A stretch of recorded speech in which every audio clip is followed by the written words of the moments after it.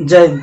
पिछले क्लास में हमने देखा क्या कि जो फिजिकल नेचर ऑफ मैटर, नहीं कोई पदार्थ होती है जो उसकी भौतिक स्वरूप क्या होता है, ठीक है ना। भौतिक स्वरूप में हमने पढ़ा था क्या उसके पदार्थ कितने छोटे कणों से मिलकर बने होते हैं और उसके कण कितने छोटे होते हैं और वह कणों से मिलकर बने होते हैं। इस चीज़ों को हमने देखा। अब देखते क्या कि पदार्थ जो होते हैं उसकी अभिलाक्षणिक गुण क्या होते हैं, उसके अंदर कौन कौन से गुण पाए जाते हैं किसी पदार्थ के अंदर, उन चीज़ों को देखेंगे कि पदार्थ के कणों के अभिलाक्षणिक गुण, यानी पदार्थ की जो कण है उनके अंदर जो अभिलाक्षणिक गुण, उसके लक्षण से जो गुण उत्पन्न होता है वो गुण के बारे में देखें। पहला गुण इसमें दिया हुआ है आपका कि जिसमें पहला गुण दिया हुआ है पदार्थ के कणों के बीच रिक्त स्थान होता है।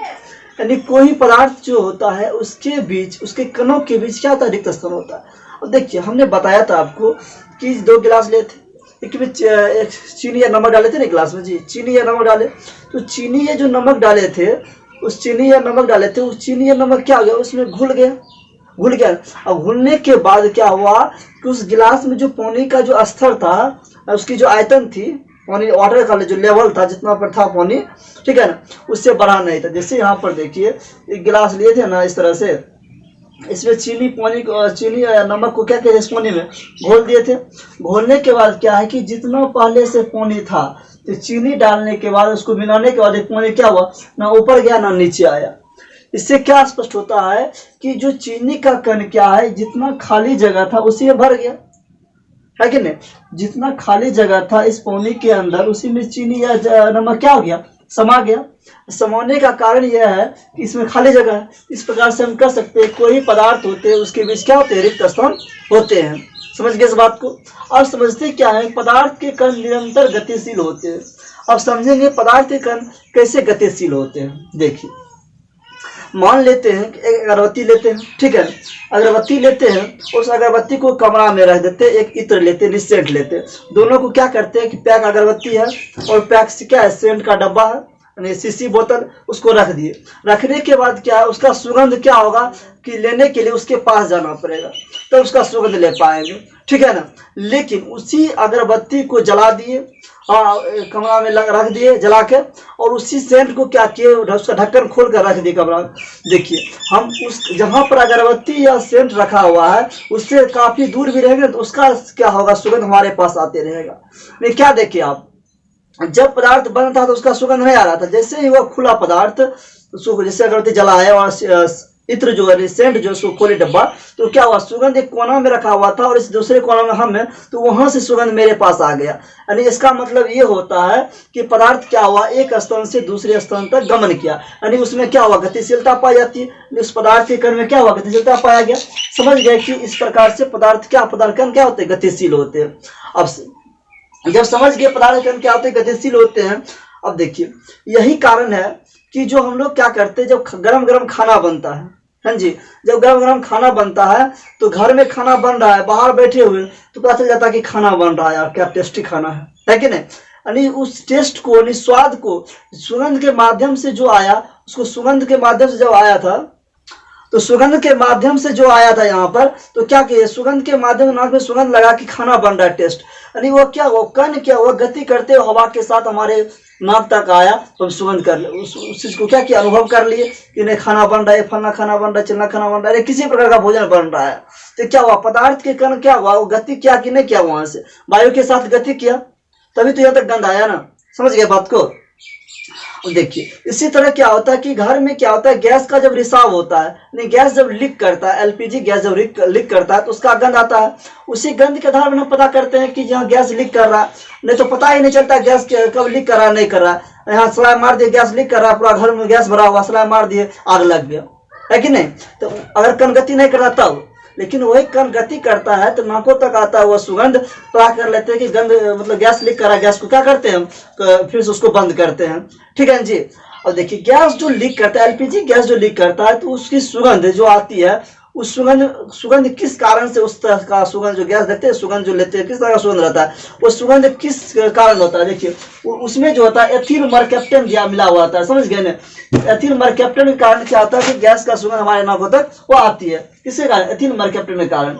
समझ गए। अब देखिए, अब समझ गए जबकि पदार्थ के कण निरंतर गतिशील होते हैं, आप समझते हैं इसी के अंदर आता है विसरण। अब समझते हैं विसरण क्या होता है। विसरण क्या होता है? एक गैस का दूसरी गैस के साथ पूर्ण रूपेण मिलजुल जाना, एक गैस का दूसरी गैस के साथ मिलना क्या कहलाता है? विसरण कहलाता है। समझ गया ना बात को? एक गैस का दूसरी गैस के साथ मिलना क्या कहलाता है? विसरण कहलाता है। या ऐसे कह सकते हैं, एक पदार्थ का दूसरे पदार्थ के साथ मिल जाना, घुल मिल जाना, उसे क्या कहते हैं? विसरण कहते हैं। जैसे देखिए यहाँ पर अगर हम बात करें ठोस विसरण का बात करें, जैसे आप एक दो रस्सी लिए, एक रस्सी लिए, माने एक रस्सी या दो रस्सी लिए, दोनों क्या किए? गिडो दे दिए, मतलब उसको क्या किए? मतलब बीच में बांध कर खींच कर रख दिए और कई वर्षों तक उसको छोड़ दिए, कई वर्षों तक उसको छोड़ दिया। अब उसके बाद उसको अगर खोलते हैं तो खोलने में क्या होगा कि इसको टाइम लगेगा। क्या लगेगा? टाइम ज्यादा लगेगा। क्यों टाइम लगेगा? क्योंकि देखिए वो जो वहां पर रस्सी में जो गिडो दिए थे, बंधन दिए थे, अब वो कई वर्षों तक क्या है कि जब बंधा हुआ झोरा गया तो इस रस्सी का कण उस रस्सी का कण, ये दोनों कण क्या है? आपस में एक दूसरे से विस्तृत हो गए, विस्तृत मतलब फैल गए, एक कण दूसरे कण को पकड़ लिया, जकड़ लिया, इसीलिए इसको खोलने में थोड़ा लंबा टाइम लगता है। जैसे मान लीजिए कि इस बोर्ड पर, व्हाइट बोर्ड पर हम लिख रहे हैं, ठीक है, लिखे हैं। अब इस बोर्ड पर क्या किए? लिखने के बाद क्या है कि इसको मानिए कि 2 दिन तक नहीं मिटाएंगे, 2 दिन तक नहीं मिटाएंगे। नहीं मिटाने के कारण क्या है? ये जो नहीं मिटाए 2 दिन तक, उसके बाद मिटाते हैं तो जो लिखा हुआ चीज है यहाँ पर, ये क्या हुआ? पूर्ण रूप नहीं मिटेगा, मिट जाएगा, लेकिन इसका यहाँ पर क्या रहेगा कि इसका शेडो बना हुआ रहेगा। समझिए, क्योंकि इसका इस इंक का कण और ब्लैक बोर्ड, ये दोनों क्या होता है? इंक क्या होता है? इस ब्लैक बोर्ड पर विस्तृत हो जाती है, यानी ढंग से पकड़ लेता है। समझ गए? यही कारण है कि ये मिटने में कठिनाई होती है। ब्लैक बोर्ड भी ले लीजिए, ब्लैक बोर्ड पर लिखिए ना चौक से, क्या था कि 10-15 मिनट तक नहीं मिटाइए, उसके बाद मिटाइए, देखिए क्या होता है कि एकदम पूरा पकड़ लेता है, जल्दी मिटता नहीं है। समझ गए इस बात को? अब देखिए जैसे कि क्या करते हैं कि जो एक गिलास लेते हैं, ठीक है ना, उस गिलास में क्या करते हैं कि कुछ पोटेशियम परमैंगनेट, जिसको पोटास कहते थे, कहते हैं ना, अगले क्लास में बताए थे, उसको 2 बूंद उसमें डालते हैं। डालने के बाद क्या होता है? उसको कुछ देर छोड़ देते हैं। तो छोड़ने के बाद क्या होता है कि पोटेशियम परमैंगनेट यानी लाल पोटास क्या होता है? उसका रंग फैलने लगता है, यानी फैलने लगता है, पानी में क्या होता है? पूरा फैलने लगता है। वो फैलना मतलब क्या हुआ कि उसका कण क्या है? जल में फैल रहा है, विस्तृत हो रहा है, उसे क्या कहते हैं? विसरण कहते हैं, यानी पोटेशियम परमैंगनेट का जल के साथ विसरण कहलाता है। ठीक है ना? जैसे मान लीजिए उसके बाद होता है अगरबत्ती जलाए, ठीक है ना, अगरबत्ती जला कर रख दिए तो जो गैस वहां से अगरबत्ती जलाए उसकी जो गंध यहाँ तक आया, क्या हुआ? हवा में विस्तृत होते हुए यहाँ आया, है कि नहीं? इत्र की गंध क्या हुआ? विस्तृत होते हुए यहाँ पर आया। समझ गया बात? अब देखिए विसरण क्या होता है कि ताप पर निर्भर करता है। अगर टेम्परेचर अधिक है तो विसरण क्या होगी? अधिक होगी। ठीक है ना? अब कैसे अधिक होगी उसको देखते हैं। देखिए 2 गिलास लेते हैं, एक गिलास में क्या करते हैं? गर्म पानी लेते हैं, ठंडा पानी लेते हैं, दोनों में क्या करते हैं कि चीनी डालते हैं। देखिए क्या, जो ठंडा पानी है उसमें जो चीनी डाले हैं वो क्या होगा? थोड़ा देर से घुलेगा। जो गर्म पानी है उसमें जो चीनी डाले हैं तुरंत घुल जाएगा। यानी क्या देखे आप कि ठंडा पानी में चीनी कम जल्दी नहीं घुला, लेकिन गर्म पानी में घुल गया। इसका मतलब ये हो गया कि जो विसरण की जो प्रक्रिया है वो ताप पर निर्भर करता है। टेम्परेचर अधिक रहेगा तो विसरण क्रिया क्या होगी? स्पीड में होगी। टेम्परेचर लो रहेगा तो विसरण क्रिया क्या होगी? कम होगी। ताप पर समझ के आप समझते क्या है कि जो विसरण की जो प्रक्रिया होती है वो सांद्र और तनु दोनों पर निर्भर करता है। देखिए समझते पड़े कि तनु क्या होता है। तनु का मतलब होता है कि पतला। तनु का मतलब क्या होता है जी? पतला। अगर तनु बोला जाता है, तनु का मतलब क्या होता है? पतला होता है। और सांद्र मतलब होता है गाढ़ा। सांद्र मीन्स क्या होता है जी? गाढ़ा होता है। सांद्र मीन्स गाढ़ा होता है। सांद्र मीन्स गाढ़ा होता है। तनु मतलब पतला, सांद्र मीन्स गाढ़ा, यानी पतला और गाढ़ा पर निर्भर करता है। जैसे मान लीजिए एक 2 गिलास लेते हैं, ठीक है ना, 2 गिलास में एक में क्या करते हैं? स्याही का कुछ बूंद डाल देते हैं, ठीक है ना, एक में क्या करते हैं? शहद यानी हनी, मौध जिसको कहते हैं, वो डाल देते हैं 1 बूंद। अब देखिए क्या होगा कि जो मौध क्या होगा? नीचे जाकर बैठ जाएगा पेंदी में कुछ देर के बाद, लेकिन स्याही जो डाले क्या होगा? स्याही फैलते चला जाएगा, पूरे बर्तन में फैल जाएगा। ठीक है ना? अब क्या देखें कि स्याही पतला होता है, तनु होता है तो पूरे बर्तन में फैल गया, लेकिन मौध जो हनी शहद जो है वो गाढ़ा होता है, इसलिए नीचे आकर बैठ गया। तो आप क्या देखिए उसकी सांद्र और तनु पर निर्भर क्या कि नहीं, जो जितना पतला होगा वो उतना ज्यादा फैलेगा, तो जितना गाढ़ा होगा उतना कम फैलेगा, वो नीचे जाकर बैठ जाएगा। इस प्रकार से हम समझ गए क्या कि जो विसरण जो होते हैं कि तनु और सांद्र पर निर्भर करते हैं।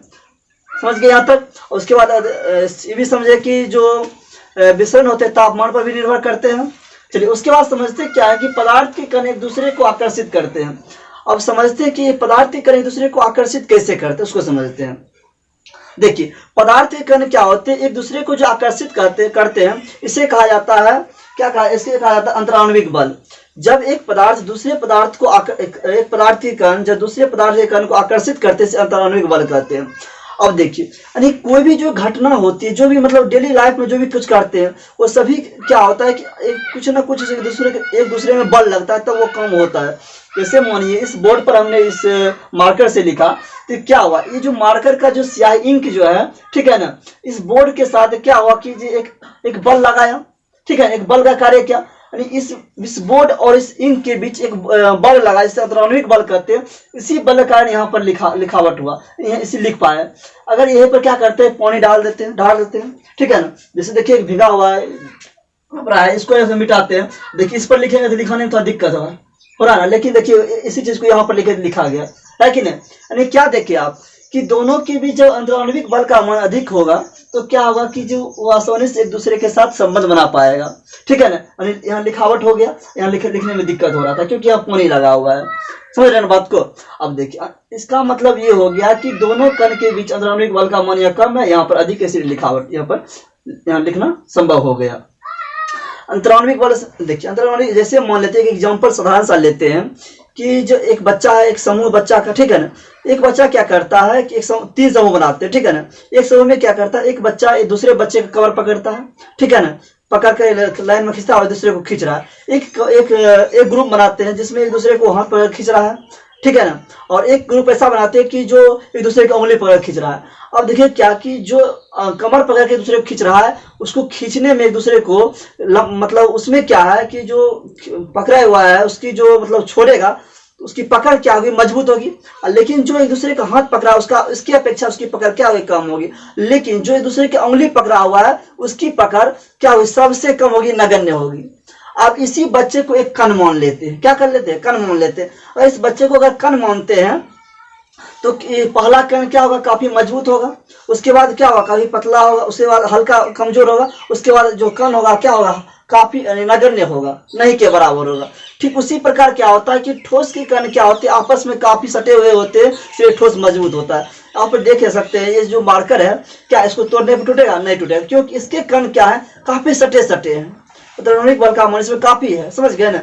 इसीलिए कहते हैं ठोस का जो अंतराण्विक बल का मान होता है, समझ गए, काफी अधिक होता है। लेकिन इसकी अपेक्षा जो द्रव का जो अंतराण्विक बल का मान होता है, क्या होता है, इसकी अपेक्षा कम होता है, ठीक है ना। क्योंकि देखिए पानी जैसे जल लीजिए, जल में हाथ को इसे फेरिए तो क्या आसानी से इस पास उस पार हो जाएगा, लेकिन ठोस में कहिए तो रोक देगा, है कि नहीं। लेकिन उसी गैस में कीजिए तो पानी की अपेक्षा गैस में क्या होगा, आसानी से इस पार से उस पार हो जाएगा। इस प्रकार कर सकते हैं, पदार्थ करें दूसरे को आकर्षित करते हैं, और उसमें अंतराण्विक बल जो होता है, ठीक है ना, तो सबके ठोस के अधिक होते हैं, गैस के उसके अपेक्षा कम होता है, और ठोस के सर्वाधिक होते हैं, उसके बाद द्रव का होता है, उसके बाद सबसे कम होता है गैस का। समझ गए होंगे, पदार्थ के करें दूसरे को आकर्षित करते हैं, उसमें अंतराण्विक गुण भी होते हैं, ठीक है। अगले वीडियो में देखेंगे पदार्थ के जो अवस्थाएं कितने होते हैं। इस वीडियो में इतना ही, मिलते हैं नेक्स्ट वीडियो में। Thanks for watching this video, जय हिंद।